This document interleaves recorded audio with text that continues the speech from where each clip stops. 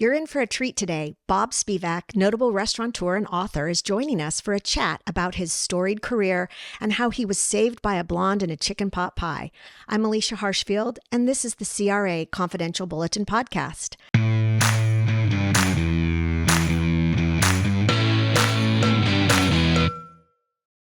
And now for a word from our sponsor. Isn't it amazing we live in a world where we can pretty much get anything we need when we need it delivered right to our door? It's bananas. I love the convenience. I lost my charger but got one quick through DoorDash. DoorDash, your door to more. Download the DoorDash app now to get almost anything from pet food to snacks to neck braces to alcohol to toothpaste to Joy-Con controllers to headphones to... You get it. Must be 21 or older to order alcohol. Drink responsibly. Alcohol available only in select markets. I'm delighted to talk with Bob, who started his career in restaurants at the age of 7, cutting and prepping vegetables in the LA kitchen of his father, Eddie Spivak's Smokey Joe's Barbecue. Years later, he co-founded The Grill on the Alley, which became one of Beverly Hills' most popular restaurants with a reservation list of famous Hollywood stars and power brokers, and was inducted into the nation's Restaurant News Hall of Fame in 1995. He went on to form Grill Concepts, Inc. with the addition of Daily Grill and public school restaurants. Bob is a past chair of the California Restaurant Association and the California Restaurant Foundation, and most importantly, a wonderful person and someone I admire. Oh yeah, it's worth noting that he helped me get my job at the foundation when he interviewed me with our CEO, John Condi. So please welcome Bob Spivak. Good morning, Bob. How are you? Hi, Alycia. I'm great. It's great to hear your voice, and your introduction was better than expected. If you do the math, that puts me in the restaurant business for 74 years. So take it or leave it.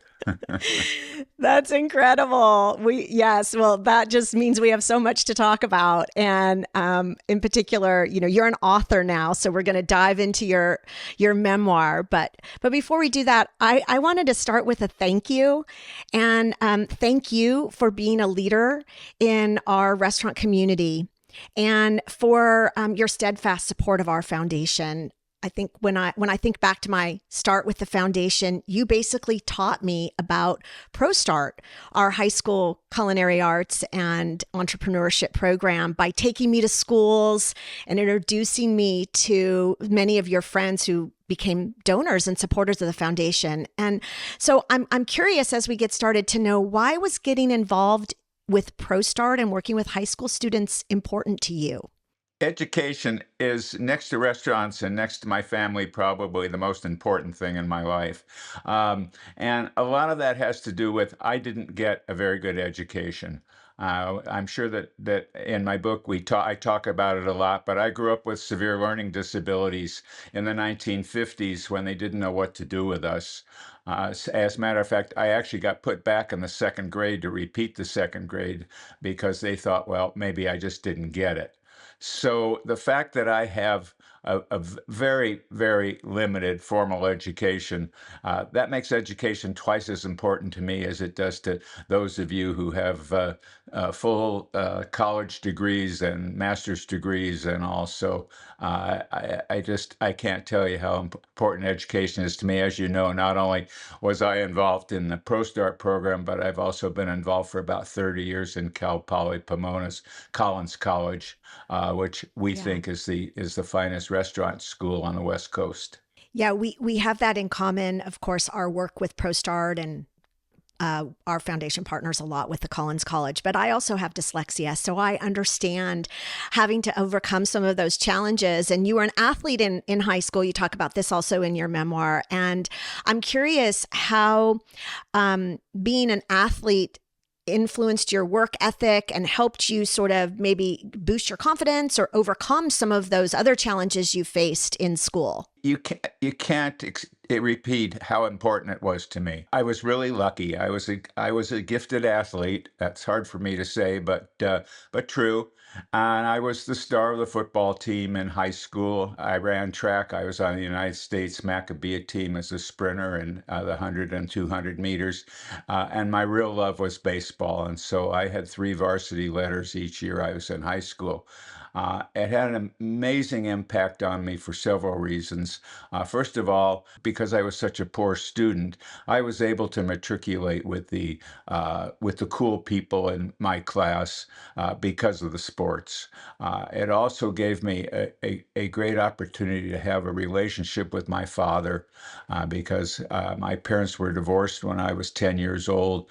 1953 was a time when divorce was a word that was just never heard. And so this gave me the ability to have a relationship with my father as well. And I just can't emphasize enough how important it was in my upbringing. Yeah. And did what you learned as an athlete influence your leadership style as a restaurant owner and in your career? Yeah, I suspect so. Everything I did was team sport, and when we had grill concepts, at the height we had 33 restaurants with Hmm. 2,500 team members, and including all of them, and and being a part of the team. I got from the athletics. So yeah, I think it had a great influence on me. Yeah, yeah. That's so important, and I love that when we were together at Pro Start schools and you talked to the students, I think you really inspired them and instilled in them the idea that you can be anything, and in our industry, there are so many opportunities to you. You don't have to be a traditional student to excel. Yeah, that's Alycia. That's the reason I wrote my memoirs. I really wanted. I have 4 children and 10 grandchildren, and I really wanted all of them to know, not just the Bob Spivak, or as they call me, Poppy, when they were alive, but where I came from. And Alycia, you talk about having had dyslexia. A lot of people have had dyslexia. The problems that I had was I had dyslexia in the early 50s when that word wasn't even in the dictionary and they didn't know what to do with me. So all of that helped me grow my team. I had a philosophy with these 2,500 team members that I didn't want any of them to call me Mr. Spivak. I wanted everybody to call me Bob. I wanted to be part of the team. I wanted them to know that I'm not asking them to do anything that I wouldn't do myself. The only problem we had with that was in Texas. When we opened restaurants in Texas, they were all ingrained in calling me sir. And I said to them, please don't call me sir, call me Bob. Well, they just couldn't do it. And so we finally agreed they would call me Sir Bob. Uh, That sounds royal, yeah, Sir Bob. exactly. Well, hopefully not. That's great. And so let's talk a little more about the memoir and the inspiration for writing it. You just mentioned, but what was that process like? And does that compare to running a restaurant? Like here you are remembering all these stories and putting it down on paper. Yeah, well, Alicia, I retired 6 years ago, and since I retired, I watch after the California Restaurant Association and the Collins College, but my involvement is really very limited. And so I finally, people always told me, Bob, you've got so many stories, you've got to write a book. And I would laugh at them because with my lack of education, I, number one, didn't think it was possible, and number two, I'm not sure that it even interested me. But the further I got away in retirement, and the more people would talk about my stories, I decided that I would find an editor. I would find somebody to ghostwrite my story for me, and I would just dictate it to that person. Well, I found the editor that I really longed to work with. Her name was Tekla, but when we started to make the agreement, she said to me, Bob, there's one problem. I will not write your story. You have to write your story yourself. She said, you have to tell these stories in your own words. That's how people know you. And that's really the only way that I'll do it. So I said, Alycia, I don't have a formal education. I don't feel competent in doing that. And she said, Bob, do two things. Do sit down and take a 3-year period out of your life. Doesn't matter what period it is, and just write about it like you're talking to me, but get it on paper. Send it to me, and I'll do two things. She said, I'll edit it, and I'll tell you whether I think you can do it or not. And that's what we did. And she was just clear as a bell that I could do it. And so it took me 18 months. I worked about 3 hours a day, had no notes, and I just recreated my life in my mind. And I started with, we all have these stories of our parents told us about precocious things that we did when we were too young to remember. And so the first story that came to mind was my biological sister, who was 3 years older than me, was wheeling me in the buggy when I was about 6 months old. And she wheeled me down the stairs and the buggy turned over. So she came running in to tell our mother that the buggy fell over and her baby fell out on the sidewalk. And my mother thought that it was her doll and said, "Oh dear, that's too bad. Pick him up and dust him off and put him back in." And then about 5 minutes later, they heard me crying on the sidewalk. So that was the story that I started with. And then chronologically, I just walked through my life. Yeah, it's a really fun read. And I did tell you this the other day. It sounds like you. Like I can hear your voice in the stories that you tell. And there are some incredible stories. Are there a couple others that are favorites of yours? Well, yeah, there's a lot of them, and I encourage people who are interested in my life to read my book.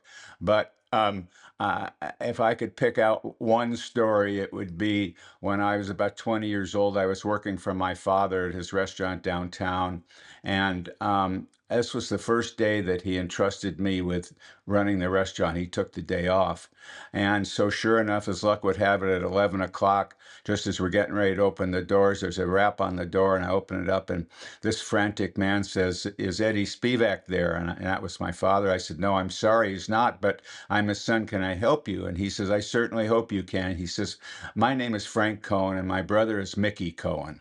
Well, for those of you who don't too young to remember Mickey Cohen, he was the head of the mafia in Los Angeles. When Bugsy Siegel wanted to open the Las Vegas, he had to get Mickey's approval. I mean, he was the kingpin. So his brother goes on to tell me that he says, "My brother, Mickey, has been in prison for 10 years and unable to eat anything but prison food. And now, even though he's still in prison, he's come down to LA for a trial. And so he's in custody, but he's not technically in prison, so he can eat outside food. So I want you to give me 3 of the biggest New York steaks you can find. Make them all medium rare." And then he went on to tell me that I need 3 orders of French fries, 3 orders of mashed potatoes, 3 orders of lyonnaise potatoes. I need cream broccoli, cream spinach, and 3 pieces of apple pie, 3 pieces of chocolate cake. He says, "I'll be back in 45 minutes to pick everything up." And he said, "And don't worry about the price. I'll take care of it." So I go back to the chef and I tell him what I need, and I explain that I need him to get these steaks just very special, just cut them out of the middle of the loin, don't worry about the ends. And then I go to Alice behind the counter and tell her I need 3 of this and 3 of that as desserts. And finally, about 45 minutes later, in comes Mr. Cohen to pick up his brother's lunch. And I've got about 10 bags full of everything. And the bill was $85, which this is probably 1963. That was a lot of money. He gives me a $100 bill, tells me to keep the change, and off he goes. He's not gone 5 minutes when the chef says to me, "Bob, when do you want these steaks?" I I gave him everything but the steaks. Oh. Well, I said, "I'll take them now." I put them on a tray. I forgot my father's restaurant. I ran out. I hailed a cab, told him to take me to the federal courthouse. I explained to the bailiff what I was doing there. After he stopped laughing, he said, "Come with me." And I was so surprised, but 5 floors up in the federal courthouse, is our jail cells, and it looks just like the movies. I mean, these guys are banging on on the bars and screaming and yelling, and the bailiff is walking me by. Finally, he takes out a ring of keys. He opens the door, and shoves me in, shoves the door closed, and I hear this clink, clink, clink that you don't ever want to hear. And here I am, just me and Mickey. I got there before his Oh brother. my gosh.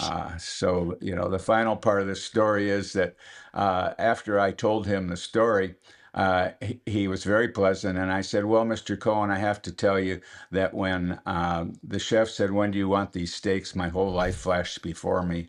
And all I could think of was getting you your steaks. So that's one of my stories. And there are hundreds of them in my book. Yeah, that one definitely is an experience. And I don't think many people could say they've had any kind of experience like that. It feels like that extent of which you went to make sure that, I mean, of course you saw your life flash before you, but also like your service and your sort of commitment to the guest, let's call Mickey the guest, seems to have been a theme throughout your book and how you ran your restaurants. Would you like to talk about that? Yeah, absolutely. My commitment to the guest is 100%. We had a motto. We opened in 1984 when there was a lot of pretense in the restaurant business in Los Angeles. As a matter of fact, there was one restaurant that if you asked to have the dressing on the side of your salad, the chef would come out and tell you, I won't make it that way. I only make it the way I make it. And if you don't like it, you'll have to go somewhere else. So when we opened the grill, our whole idea was the answer is yes. What is the question? And the guest is always right.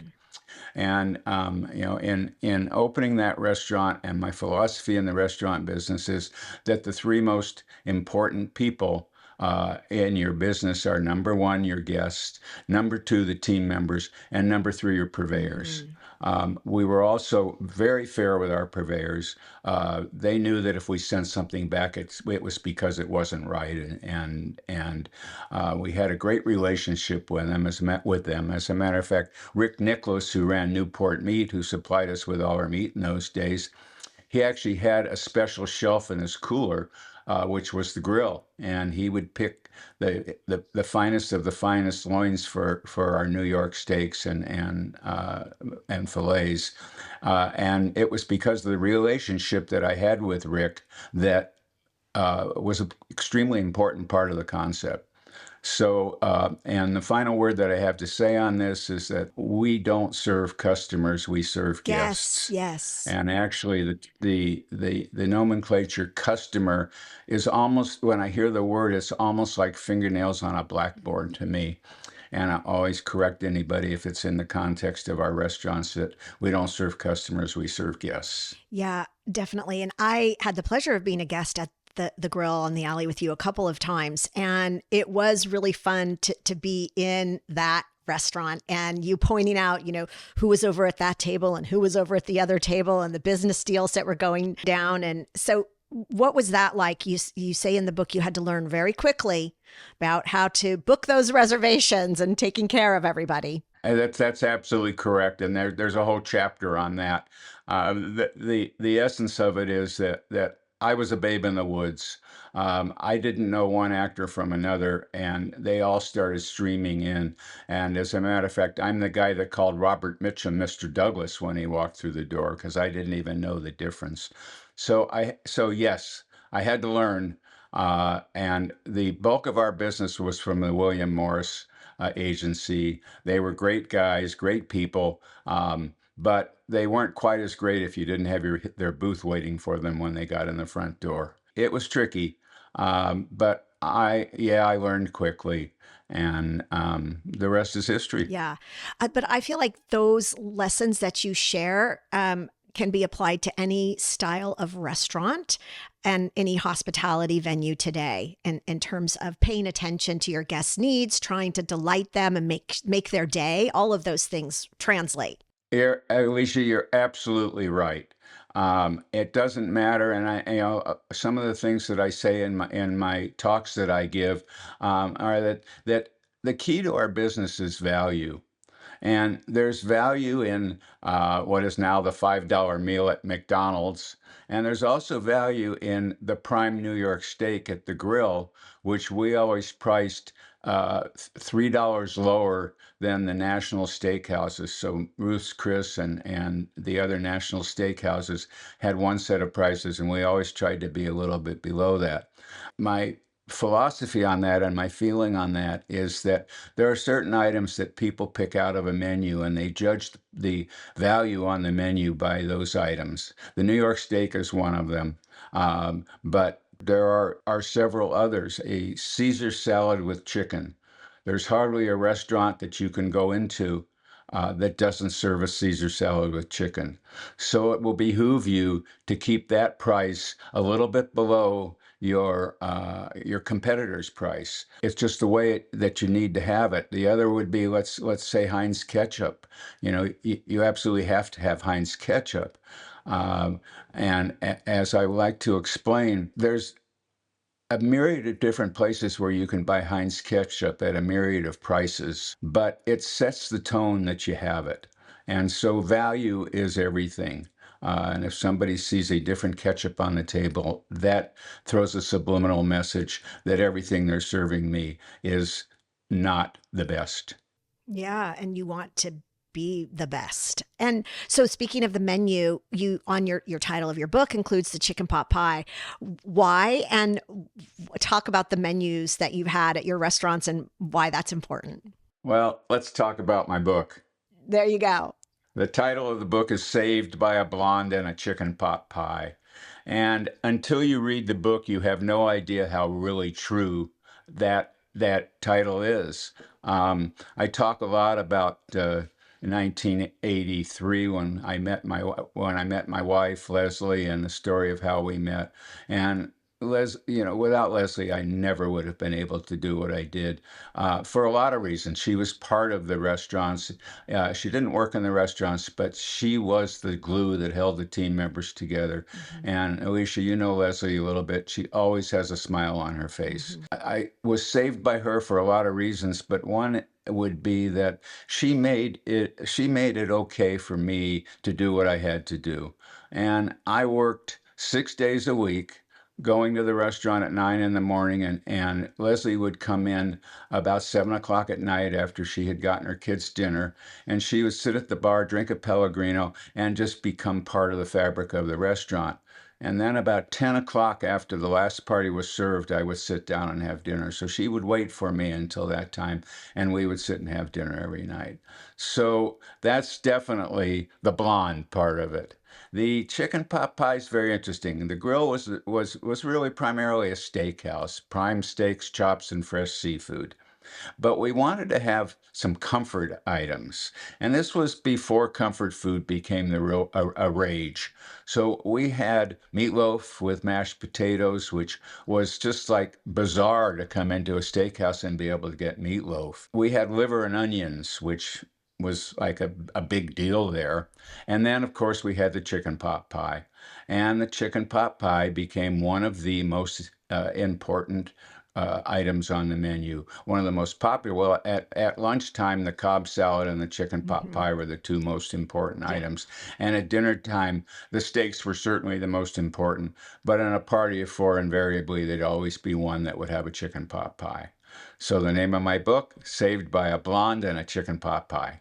I just love that. And, Leslie is lovely. I just think she's such a wonderful person. And you two together are dynamic. And I love how she, as you said, made it possible for you to do the work that you needed to do, and that she was at the restaurant all those evenings and got to know the people. Like, she did become part of the fabric of the restaurant, as you mentioned, because people chatted with her and she's so warm and welcoming. I'm sure that contributed to all the success that you had.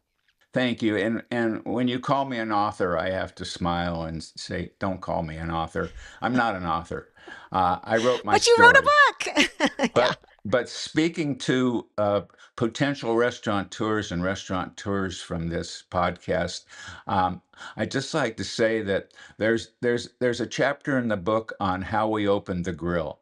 What we went through, the details that we went through, the 55 bars that I visited in New York to see what a New York bar felt like, and the American grills, the Tatis Grill in San Francisco, Jackson, Sam's, and how much we defined the concept, and then we stayed true to the concept. Also in my book is what it takes to take a single restaurant into a company of restaurants. And that's very tricky, and I was not well prepared for that.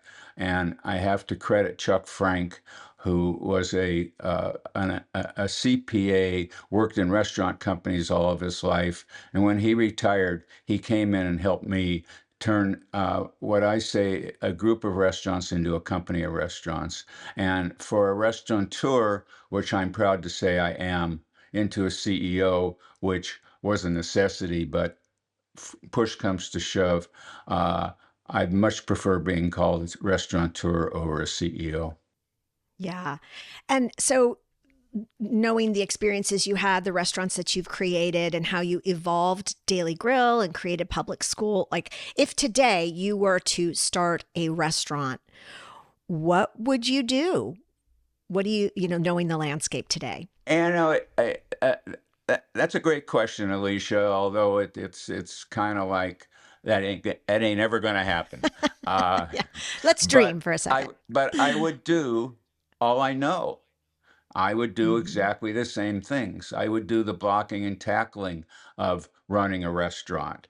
I would, we had another saying: the guest is always right, even when they're wrong. Even when a server they'll come to me and they'll say this person ordered a chicken sandwich and he says he ordered a chicken salad. Um, it doesn't matter who's right. The guest is right. We're not there to make them wrong. We're just there to get them what they want. So I'd open the same kind of restaurant. All of our restaurants. Public school was a concept that we developed. It's hard to believe, but it was over 10 years ago now. And it was the spearhead of gastropubs, which became quite popular in the last 5 years. And where it came from was that my son, who works for Sony Pictures, they had moved him to London for 2 years. And every time I would go visit him, he would take me to what he called a gastropub. I'd never heard the term before. Well, it turns out that what a gastropub is that these British chefs, who were really good chefs, couldn't afford to build restaurants, so they bought these grungy old pubs, and they had kitchens, and they turned them into fine dining restaurants, but they didn't have the money to remodel the dining rooms, so the dining rooms looked like the pubs. And so for me, a gastropub is a beer-centric bar with chef-driven food. And we played on that a lot, which is another thing that I stress in the book. You can't stay true to your concept enough. You just have to stay true to it. One of the things that I was proud about in public school was the branding. First of all, we had to let people know that it wasn't a school. So we called it an education in the art of food and beer. We played on the public school. If you remember the black and white speckled composition books that we all had in high school and in college, that was the cover of our menu. When most of your listeners have happy hour, we had recess. And so we played with the idea. We had a lot of fun with it. But at the end of the day, it was the food.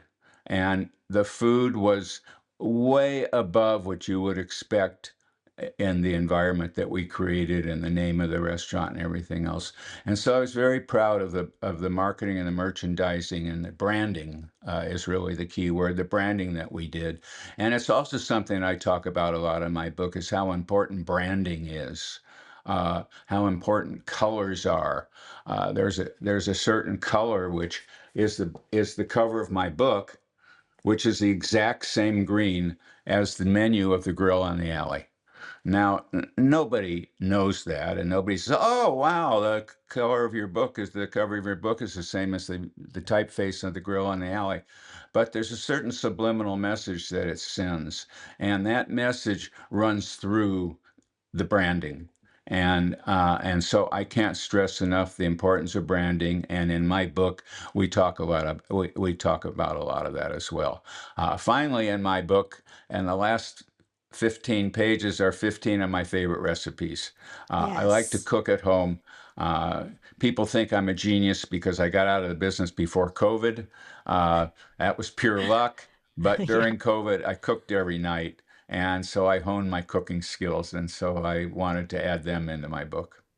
Yeah, I love that part of your book. And I loved the Cobb salad and the gazpacho soup. And so I love that you have the soup, I think, in the book, and Bloody Marys and like some good stuff. Everybody should get the book, not only for the stories, but for the recipes. Well, I think some of the great things you've touched on and the themes in terms of personal success and professional success are around like your thoughtfulness and caring for the people that are in your business, from the guests to the purveyors and vendors and to your team, and being really thoughtful in your concept and educating yourself and on what's out there in the competition and who you want to be. Is there what last bit of advice? You have the Bob's talk in the book, but is there any other advice or suggestions you might want to share with our restaurant audience?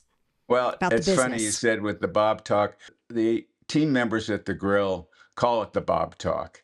Some of the older team members, and believe it or not, we have some cooks and some prep cooks who have been with the restaurant since the grill opened 40 years ago, and they're still with us today.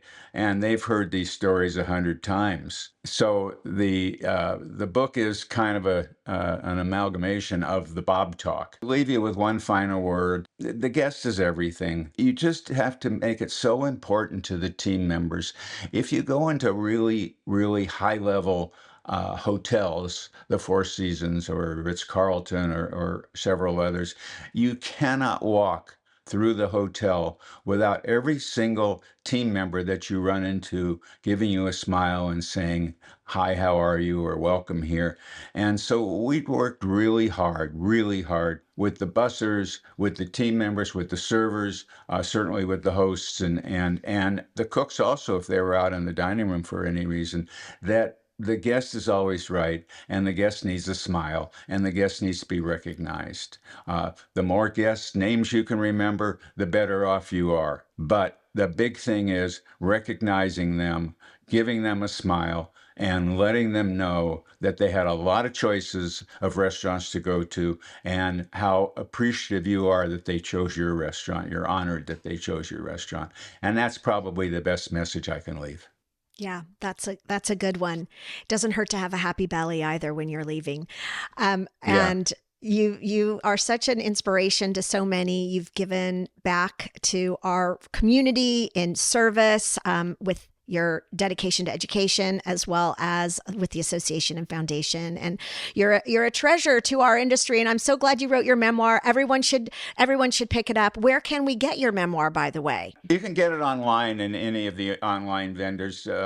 Amazon's probably the best. If you just go to Amazon Books and you either type in "Saved by a Blonde" and a chicken pot pie, or if you don't remember that, if you just type in my name, Bob Spivak, it'll come up. I'm really proud of the reviews. There's not a review in there that isn't a 5-star review. And so many people have said to me, "Bob, I read your book and it feels like you're talking to me in the book," and really enjoyed it. So I'm proud of it, but don't call me an author. Okay, I'll call you a restaurateur and I'll call you a friend. Call me a restaurateur, that's correct. That sounds good. Okay, so final question for you, Bob, and everyone do pick up Saved by a Blonde and a Chicken Pot Pie, written by Bob Spivak. But we want to know, what's for dinner tonight? You know, I have a tough time. Leslie doesn't eat red meat. She's a pretty particular eater. But we go to Santa Monica Seafood and buy fresh seafood. There's nothing like fresh seafood. And tonight is bronzino. Ooh, that sounds delicious. Bronzino with Lyonnaise potatoes, which are a recipe in the book. Yeah, that's what dinner is tonight. And I got to get off this podcast so I can start cooking dinner. You got to get on it. Yeah. Well, on that delicious note, we'll say thank you for joining us, Bob. And again, thank you for all you've done for our restaurant community. Alycia, I'm honored. Thank you. Thank you. And now for a word from the California Restaurant Association's legal partners. All right, I'm Alden Parker. I'm with Fisher Phillips. I'm co-chair of our National Hospitality Group. I'm also a proud member of CRA and part of their legal center. And this is Ask CRA.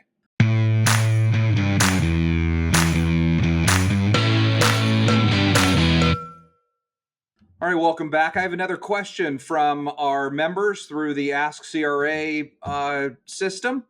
This question comes from a multi-unit operator in the QSR space. They're asking, can I have my restaurant employees waive their meal break? This question is interesting. There's a lot of litigation over it, so I want to go ahead and answer it as concretely as possible. The code does allow you to have employees that are scheduled for less than 6 hours and work less than 6 hours go ahead and waive their right to a 30-minute meal period. They have to do so in writing. It's got to be voluntary, and they have to have the ability to revoke that waiver. So it's very important we pay attention to this area. If you have any questions, make sure you talk with your legal representative about this. I appreciate the opportunity to answer this question from our member. And don't forget to send in your Ask CRA question for next time.